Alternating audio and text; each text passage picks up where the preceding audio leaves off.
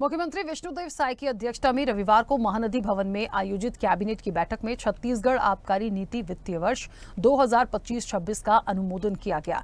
वर्ष 2025-26 की आबकारी नीति और 2025-26 की भांति होगी। वित्तीय वर्ष 2025-26 में 674 मदिरा दुकानें और आवश्यकता अनुसार प्रीमियम मदिरा दुकानें संचालित करने का निर्णय भी यथावत रखा गया है। देशी मदिरा की आपूर्ति पूर्ववत रेट ऑफर प्रभावी रहेगा। विदेशी मदिरा थोक क्रय वितरण Chhattisgarh state beverages corporation limited द्वारा होगा। मदिरा पर लागू अधोसंरचना विकास शुल्क यथावत रहेगा। विदेशी मदिरा फुटकर दुकानों पर 9.5% की दर से लगने वाला अतिरिक्त आबकारी शुल्क समाप्त होगा। मंत्रिपरिषद द्वारा छत्तीसगढ़ लोक परिसर विधेयक 2025 के प्रारूप का अनुमोदन किया गया। मंत्रिपरिषद द्वारा ईज ऑफ डूइंग बिजनेस के हित को देखते हुए ई प्रोक्योरमेंट के लिए गठित सशक्त समिति को समाप्त करने का निर्णय लिया। चूंकि वर्तमान में पीएफआईसी द्वारा 100 करोड़ रुपए से ऊपर की परियोजनाएं स्वीकृत की जा रही हैं।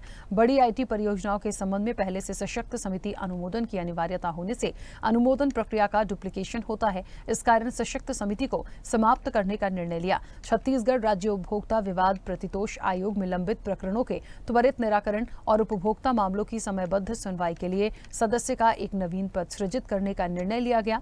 खरीफ विपणन वर्ष 2022-23, 2023-24 और 2024-25 के समर्थन मूल्य योजना में धान एवं चावल परिवहन की दर के लिए गठित राज्य स्तरीय समिति के अनुशंसा दर को स्वीकृत करने का निर्णय लिया गया। छत्तीसगढ़ श्रम विधियां संशोधन और विविध प्रकीर्ण उपबंध विधेयक 2025 के माध्यम से कारखाना अधिनियम 1948, औद्योगिक विवाद अधिनियम 1947 और ट्रेड यूनियन अधिनियम 1976 में संशोधन के प्रारूप का अनुमोदन किया गया।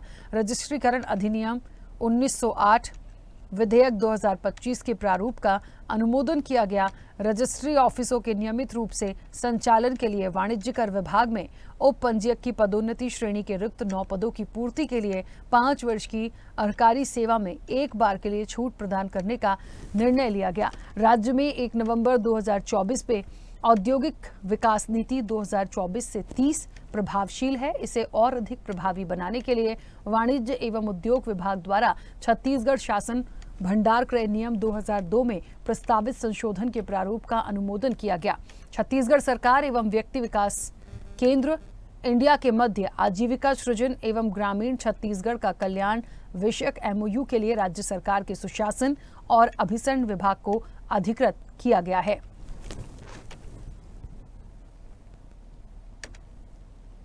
आज की बैठक में वर्ष 2025-26 की आबकारी नीति 2024-25 की भांति ही होगी।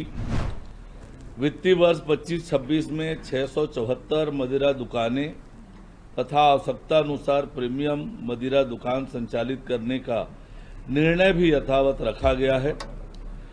देसी मदिरा की आपूर्ति पूर्ववत रेट ऑफर प्रभावी रहेगा। विदेशी मदिरा थोक क्रय वितरण Chhattisgarh state beverage corporation limited द्वारा होगा। मदिरा पर लागू अधोसंरचना विकास शुल्क यथावत रहेगा और विदेशी मदिरा फुटकर दुकानों पर 9.5% के दर से लगने वाला अतिरिक्त शुल्क समाप्त करने का निर्णय आज की मंत्रिपरिषद की बैठक में हुआ है। मंत्रिपरिषद द्वारा छत्तीसगढ़ लोक परिसर बेदखली संशोधन विधेयक 2025 के प्रारूप का भी अनुमोदन किया गया है। मंत्रिपरिषद द्वारा ईज ऑफ डूइंग बिजनेस के हित को देखते हुए ई प्रोक्योरमेंट के लिए गठित सशक्त समिति को समाप्त करने का निर्णय लिया। चूंकि वर्तमान में पीएफआईसी द्वारा 100 करोड़ रुपए से ऊपर की परियोजनाएं स्वीकृत किए जा रहे हैं। बड़ी आईटी परियोजनाओं के संबंध में पहले से सशक्त समिति अनुमोदन की अनिवार्यता होने से अनुमोदन प्रक्रिया का डुप्लीकेशन होता है। इस कारण सशक्त समिति को समाप्त करने का निर्णय लिया गया। चलिए, तो साय कैबिनेट के अहम फैसले हैं। बजट के एक दिन पहले ये कैबिनेट कई मायनों में खास मानी जा रही है। आबकारी नीति वित्तीय वर्ष 2025-26 का अनुमोदन भी हुआ है और कई सारे और ऐसे नए बिंदु हैं जिन पर बहुत ज्यादा फोकस किया गया है। और इस वक्त आपको बता दें कि छत्तीसगढ़ से स्टेट एडिटर हैं डॉक्टर संजय शेखर हमारे साथ जुड़ गए हैं। संजय जी, कैबिनेट को लेकर हमने पहले भी बात की थी, लेकिन बजट के पहले इस कैबिनेट का आना और आबकारी नीति का भी इसमें एक जिक्र किया गया है। किस तरह से और महत्वपूर्ण पहलू इसके निकले हैं इस कैबिनेट बैठक में आज?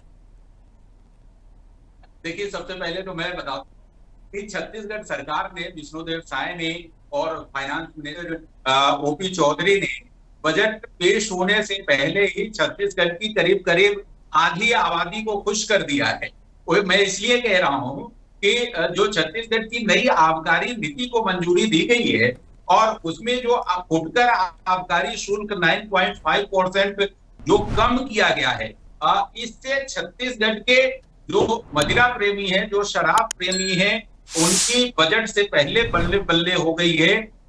उनके छत्तीसगढ़ में शराब का जो विदेशी शराब है उसकी कीमत कम से कम 9.5% जरूर घट जाएगी और ये प्रति बोतल 40 रुपए से लेकर के 3,000 रुपए तक हो सकता है।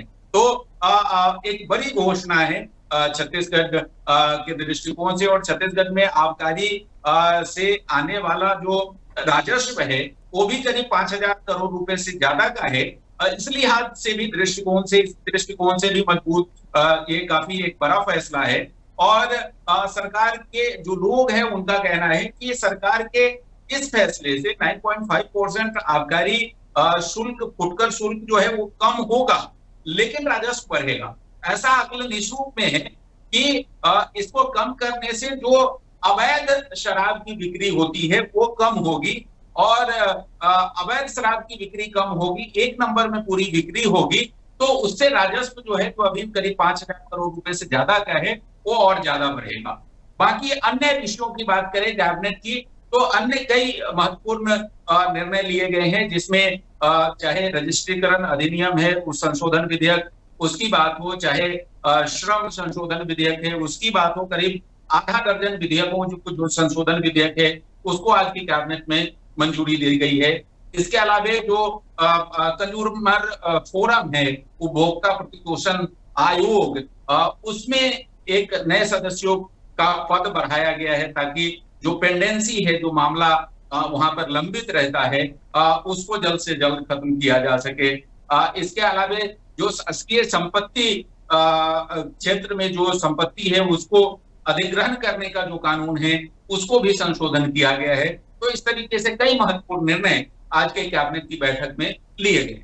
जी बिल्कुल संजय जी, एक बात और है, वैसे तो बहुत सारी चीजें आपने बता ही दी हैं, आबकारी नीति को लेकर भी बात हो गई, कई अहम बिंदुओं पर बात हुई है, लेकिन एक बात और है, कैबिनेट में जितने भी मुद्दे आते हैं, जिन तमाम चीजों को सामने रखा गया है, एक बात पर हमेशा एक बड़ा सवाल आता है, वो बजट का हो या कैबिनेट को लेकर हो। लेकिन क्योंकि बजट के पहले ये कैबिनेट हुई है, मैंने पहले भी पूछा था, लेकिन अब मैं उन सिर्फ कैबिनेट के मुद्दों को लेकर पूछूंगी, जिन बातों को रखा गया है उन्हें धरातल पर उतारने में कितना वक्त लग सकता है और कितनी बड़ी चुनौती। क्योंकि हम कह तो रहे हैं, हम मुद्दों पर बात तो कर रहे हैं, हम दिखा रहे हैं कि कितनी जरूरत है और इन चीजों पर काम करना है, लेकिन कहते हैं ना कि धरातल पर वो चीजें उतरेंगी तभी एक सफलता मिलेगी।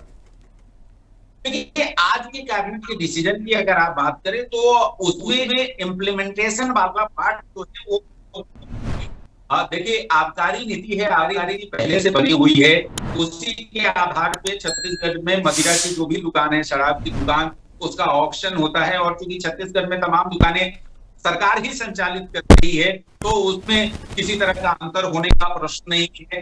विदेशी शराब जो छत्तीसगढ़ का बेवरेज कॉर्पोरेशन है और ट्रेडिंग फेडरेशन, उसके माध्यम से खरीदा जाता है, सरकार ही खरीदती है, तो उसमें कोई अंतर नहीं होने वाला है।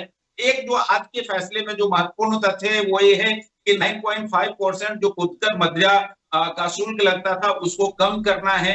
सरकार एक आदेश जारी करेगी कैबिनेट के बाद और वो कम हो जाएगा, तो इसके इम्प्लीमेंटेशन में कोई दिक्कत नहीं है। दूसरी, आज की कैबिनेट में जो महत्वपूर्ण फैसले हुए हैं उसमें संशोधन विधेयक को मंजूरी दी गई है।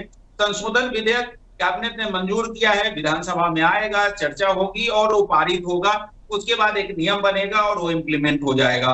तो आज के पूरे हुई कैबिनेट की बैठक में इम्प्लीमेंटेशन वाला पार्ट, जिससे कि छत्तीसगढ़ की जो मौजूदा तस्वीर है, जो तकदीर है और जो इंफ्रास्ट्रक्चर का पूरा सिनेरियो है, या फिर जो शासन की योजनाओं के लाभ को नीचे तक पहुंचाने वाला कोई मसला हो, वो आज की कैबिनेट की बैठक में इस तरह से नहीं है। हाँ, एक जो छुपा हुआ है, जो हिडन है, वो है कि बजट 2025-26 को मंजूरी, और 2025-26 के बजट में, जो कि कल बजट भाषण के बाद सारा सामने आएगा, आज उसकी ब्रीफिंग नहीं हुई है, तो उसमें जो जितनी नई योजनाओं की घोषणा होगी, वो इम्प्लीमेंटेशन पार्ट जो होगा वो सरकार के लिए चुनौती भरा होगा। और उसमें जैसा कि मैंने पहले भी कहा कि सबसे बड़ी चुनौती जो अभी सरकार के सामने है, छत्तीसगढ़ के जो युवा पीढ़ी है उनका भरोसा जीतना। क्योंकि पिछले 1.25 साल में सरकार ने ये वादा किया था कि हमारी सरकार आएगी,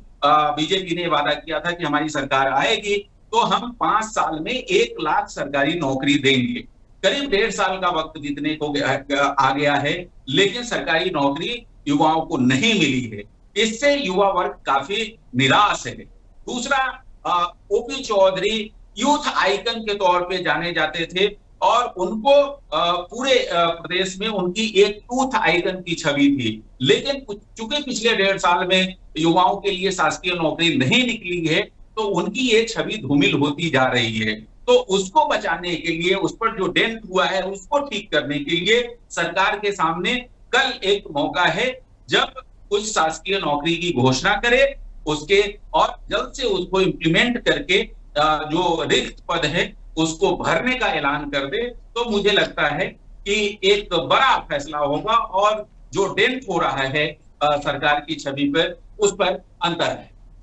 बिल्कुल, बहुत शुक्रिया संजय जी पूरी जानकारी के लिए, बातचीत के लिए। तो साई कैबिनेट के अहम फैसले हैं, इम्प्लीमेंटेशन भी होगा। देखिए, चुनौतियां हैं तो जिम्मेदारियां भी हैं, लेकिन जिस तरीके से विष्णुदेव साय सरकार काम कर रही है और बजट के एक दिन पहले जो कैबिनेट हुई है, जो अहम प्रस्ताव और मुद्दे सामने आए हैं, वो भी आगे कैसे बढ़ाना है, इसको लेकर एक पूरा मंथन सरकार द्वारा किया जा रहा है। ऐसे ही वीडियोस के लिए लाइक करें, शेयर करें, फॉलो करें, YouTube पर जाकर सब्सक्राइब कर बेल आइकन दबाना ना भूलें और ताजा अपडेट्स के लिए स्वदेशलाइव.com पर जरूर जाएं।